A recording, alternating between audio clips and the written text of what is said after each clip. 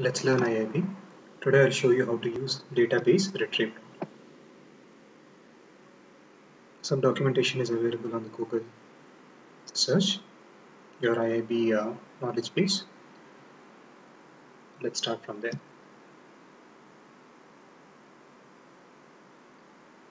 The web user interface, I declare or I define a configurable service with the JDBC provider.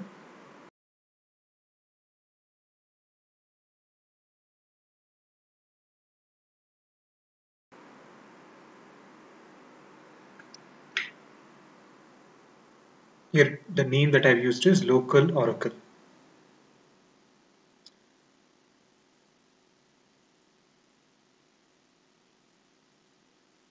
I have a few projects on my GitHub repository. Link is available in video description. Since there are multiple projects on this Git repository that's defined for IIB, you can find out what each of those applications are used for by using this text file. So I'll be using a project called hello world _v1 _app, and then I'll be adding a new feature into it, that is a database retrieve node demo.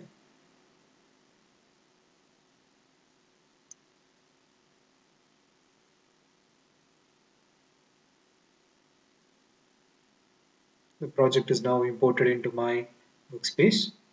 You would have noticed that I have imported as a file system and not as a project interchange.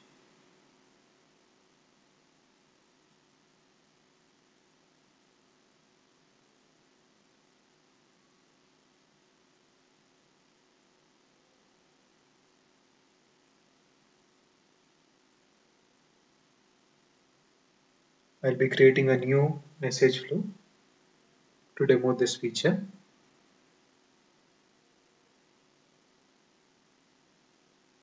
To keep it simple, I'll use the message flow name as the name of the feature that I want to demo.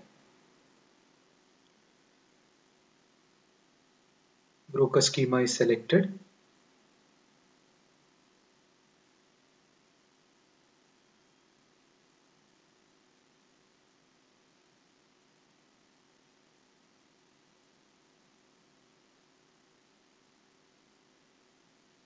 I will add a few nodes.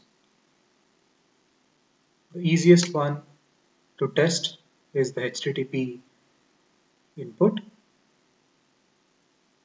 In this case, you don't have to create a queue or a folder to push your records in. HTTP input, HTTP reply, and database retrieve will be added to this canvas.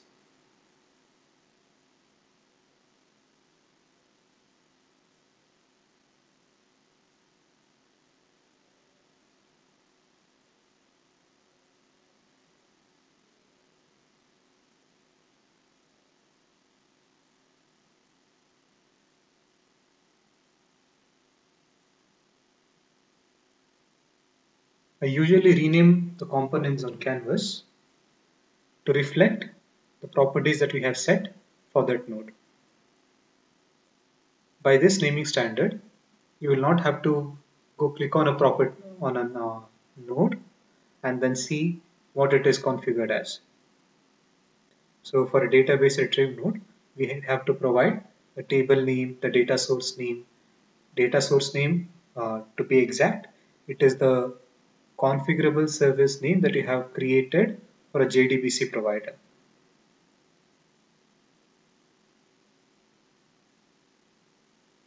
So I use that kind of a naming standard.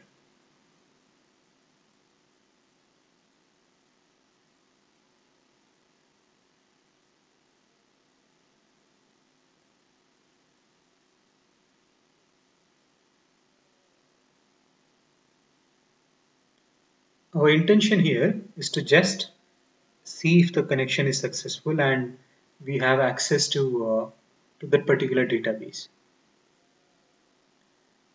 We are not interested in actually extracting any data from that Oracle database. So I'll be using a dual database that's available in the system table space. Now let me go find out what's the column called as.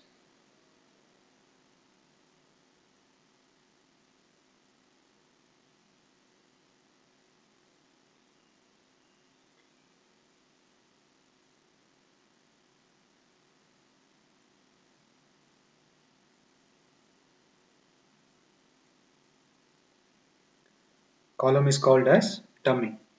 So that would be select dummy from dual.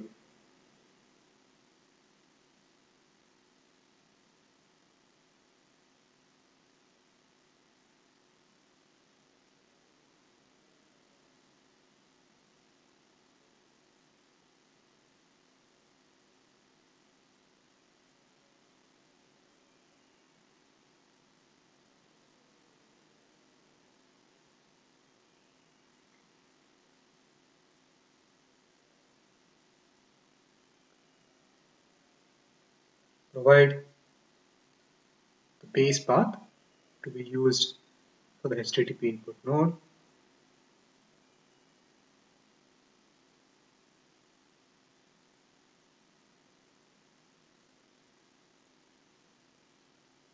There was an error reported where it was missing a where clause. So let's add that.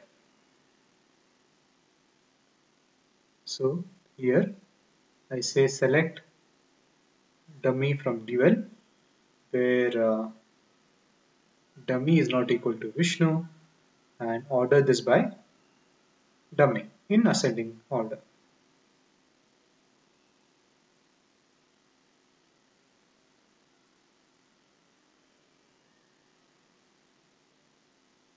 So to check if a JDBC connection is functioning or not, we can use a database retrieve node, or you can use a JCN node, which is much more dynamic and you don't have to pass in a query.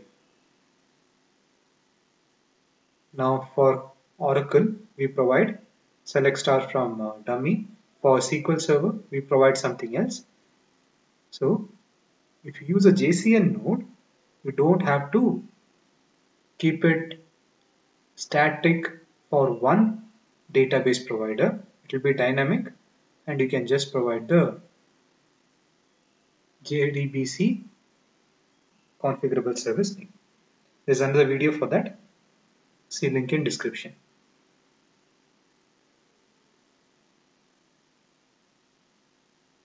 So when I invoked that flow, there's an error. So the output path that I have used is invalid. I'll change that now. I'm going to save the results into environment.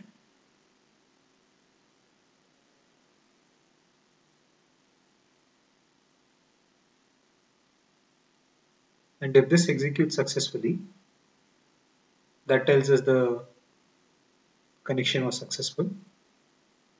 If you want to view the results from the table, you can use a compute node and set output properties output root dot body as the value set in environment.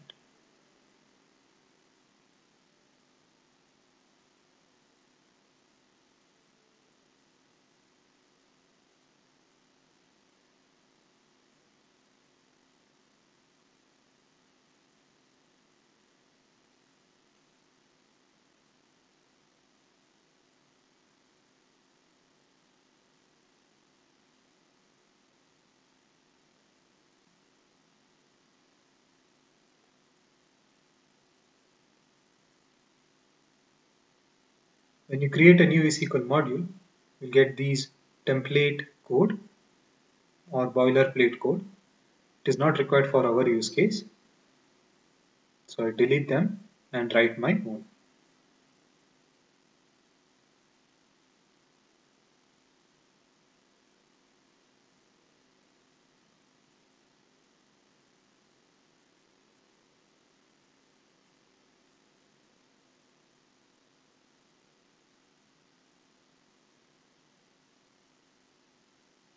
I don't remember what's the variable name that I typed into the database retrieve nodes out setting. So I'll just create one here, copy from here and paste it into database retrieve node.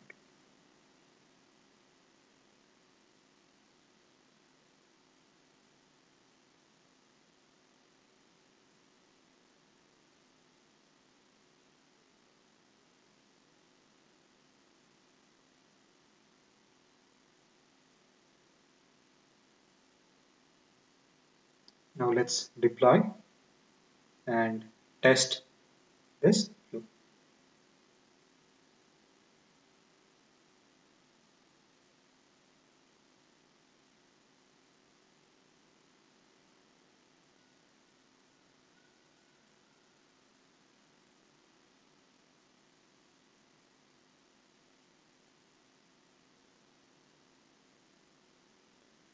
We are expecting to see an XML message with the value of dummy column. The value is being shown here as X. So we have successfully tested a JDBC provider using database retrieve node.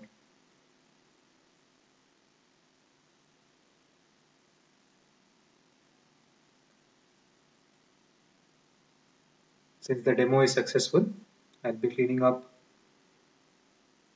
my environment.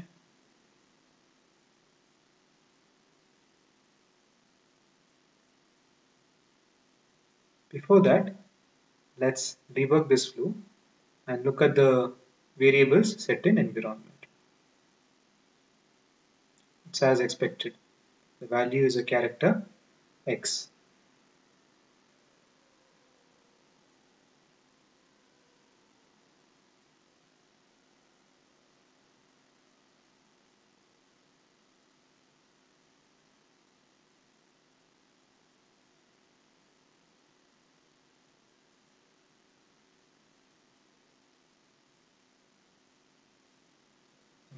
Removing the deployed component from execution group, and I'll be committing the changes that I just made into GitHub. You can download these files, these projects from github.com/code2blog. That's the URL. It's also available in the link. It's also available in the video description.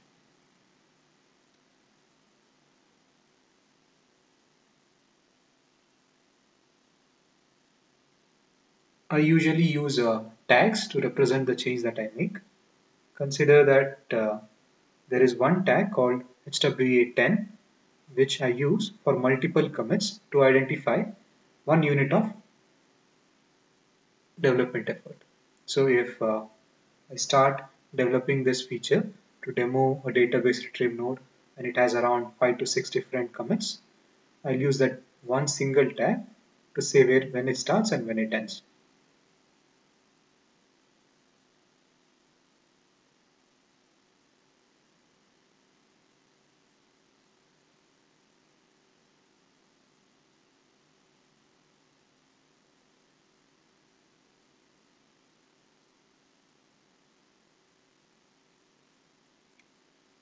With a git push, the changes that you have made to your local repository will be available on the GitHub website. Happy coding!